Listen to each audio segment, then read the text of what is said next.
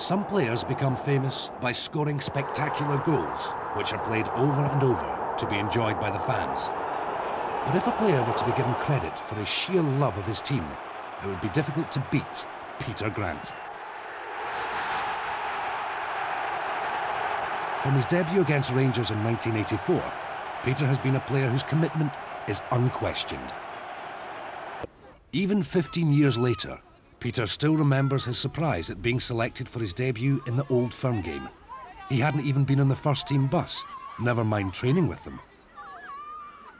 My morning for going to games was always going to Mass on Saturday morning. It was always 10 o'clock Mass Saturday morning.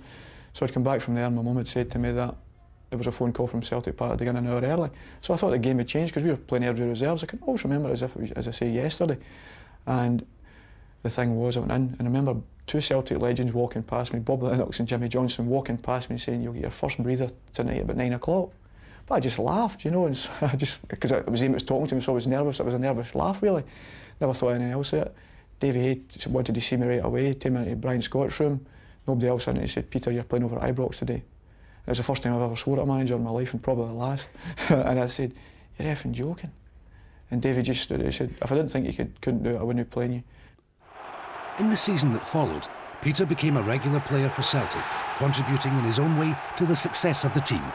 I mean, you don't become a professional player, and you certainly don't have a professional career for the length of time and at the height that Peter has had without having lots and lots of ability.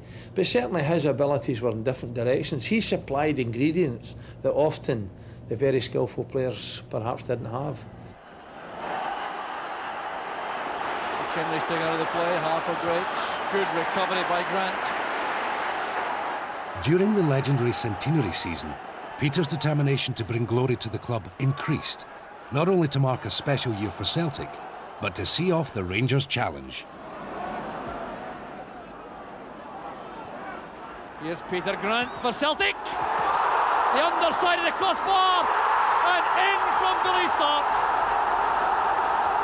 12 minutes from the end, Celtic take the lead. What an incredible strike that was to beat Andy Gorham. But the credit surely must go to Peter Grant. But fate was to deal Peter a cruel blow. After playing in almost every match, he broke a bone in his foot just before the Scottish Cup final. I remember being absolutely demoralised, you know, because I knew how close we were. And as I say, the Saturday prior, I'd scored against Hibs at Easter Road, we'd won 2-0. And I can always remember the ball coming out to the edge of the box and smacking in the top corner, and I thought everything was great. Peter's fitness was to be decided by Billy McNeill and Tommy Craig just days before the final. On the Friday night, he told me, because I could hardly move, you know. And the Friday night he told me, and thankfully him and Tommy, Craig had taken me outside on Seamill, and I'd went a long walk after it. But I was absolutely sobbing my eyes out. But it was the correct decision. You know, it was a correct decision, but I wanted him to make it for me. If they'd have said to me, "You fit to play?" I said yes, but I was a million miles away. And as I say, it was one of the saddest days that I had at the club. But come the Saturday evening after winning the cup, it was one of the greatest, you know, because it was all by, yeah, people say, "Oh, but you missed out on the medal and you'd played so well in every game up to then." So it doesn't matter, because it always was the case with Celtic, always was the case in my life in football. At the end of the day, if the team's successful, I'm more than pleased. But Peter finally got his Cup winners' medal the following season. What made the achievement sweeter was that it was against his rivals, Rangers. Quickly, here's Peter Grant. That's intended for Joe Miller, a great interception by Gough. Stevens in trouble, there's Joe Miller! 4 minutes from half-time. The celebrations begin on the Celtic bench. A dreadful error by Gary Stevens.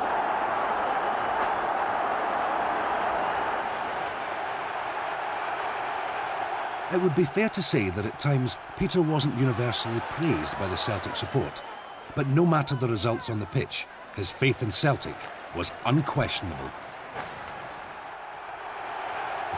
There were 4 things to win. We wanted to win the 4 of them, but not just win them, to play exceptionally well in every single game because your standards were so high, but because the club meant so much to us.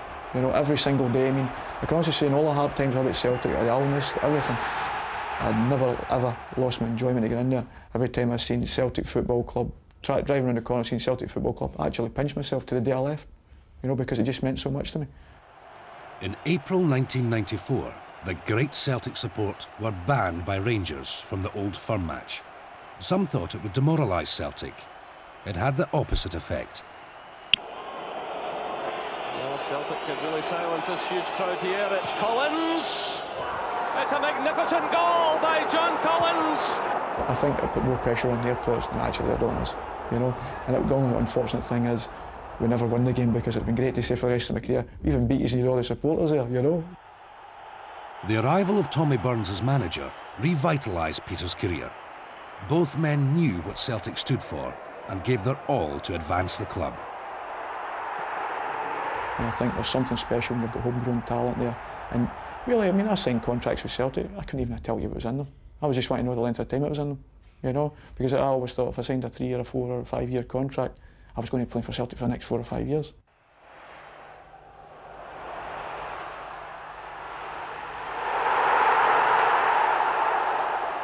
Despite the resurgence of the club, his hopes seemed dashed when he was injured in the last league game of the season. But sheer determination gave Peter his rightful place in the final. On the Wednesday before the game on the Saturday, I got the caliper off and I went up training. And I remember the first shot I taken, I was in excruciating pain, I was like, and I just bit my teeth together. The manager that's looking for the action from me, I never said a thing. But in myself I was like, geez, you know. But it went away as quickly as it came. And then sure as fate the next day it went up, yeah, it was still hurting me bad. But they said to me, the manager said to me, I'm giving you to tomorrow and I'm going to ask you straight, and I want you to be honest. I said, I'm fit. He said, you tell me the truth? I said, yeah. And I can say my hand on my heart this time I'd have said no, because of the fact I wouldn't want to let the team down, you know. And I knew how much it meant just to win this one. Tommy Burns had placed his trust in Peter that day, but even he was surprised by his performance. Must we mention him? And for him that day was just a total turnaround. From being one of the most disliked guys, he suddenly became the top guy. I think granted, I thought he died and went to heaven then, you know, because there he was in the Scottish Cup final, being our best player that day easily. Here's Lawrence in behind Mike Nally, a chance for Airdrie. In goes Peter Grant. Excellent play by Grant. How he managed to play in the game I'll never know, because he told us at the time he'd be 6 weeks out, and here he was playing again 2 weeks later. And playing in that fashion, in that manner, and hurting the injury and still driving himself on. I knew we'd win it with the likes of him and people like him that were in the team, you know. They just have to win it for them. But as a player, the hurt of losing so often at important times was unbearable at times. But to actually win again, it was just sheer relief, you know. When people say, was that emotional? Yeah, there was a million things through my mind. Because we'd won again, because of the fact I'd made the cup final after having the injury. But as I say, just winning with Celtic again and getting up and picking a trophy up was unbelievable, you know. It was a great climax.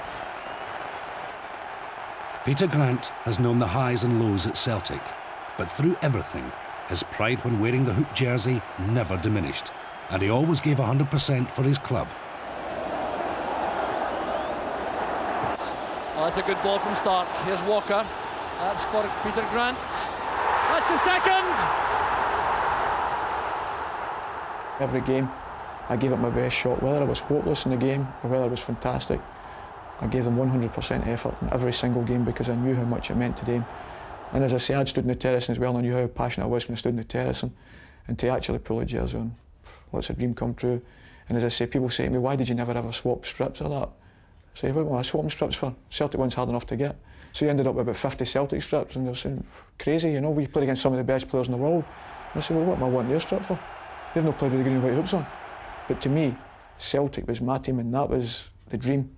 And I loved the dream, you know, and to me, nobody can ever take that away from me. I thought if I'd done it once, I'd have been delighted, but to do it nearly 500 times, I still pinch myself yet.